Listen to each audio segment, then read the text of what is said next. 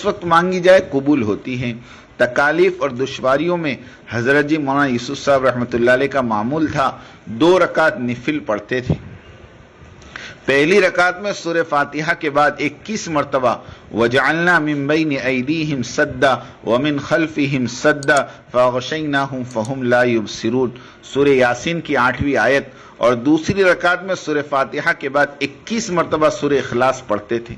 سلام پھیرنے کے بعد آرام سے بیٹھ کر سورہ مزمل کی تلاوت فرماتے اور پھر دعا مانگتے۔ بڑا مجرب عمل ہے، سب اس کا اہتمام فرمائیں۔ اس وقت کے حالات دعاؤں ہی سے درست ہوں گے، اس لیے کہ انصاف کے ادارے بھی اب آزاد نہیں رہے۔ اب وقت ہے اللہ کی عدالت کا دروازہ کھٹکھٹایا جائے، انصاف وہیں سے ملے گا۔ وہ سب پر قادر ہیں، بے انصاف اور ظالم منصفوں کو ان کے جرم کی دنیا ہی میں سزا دے گا، اس کی پکڑ سے کوئی بچ نہیں سکتا۔ اللہ تعالی ہماری مدد فرمائیں اور انسانیت کی عمومی ہدایت کے فیصلے فرمائیں۔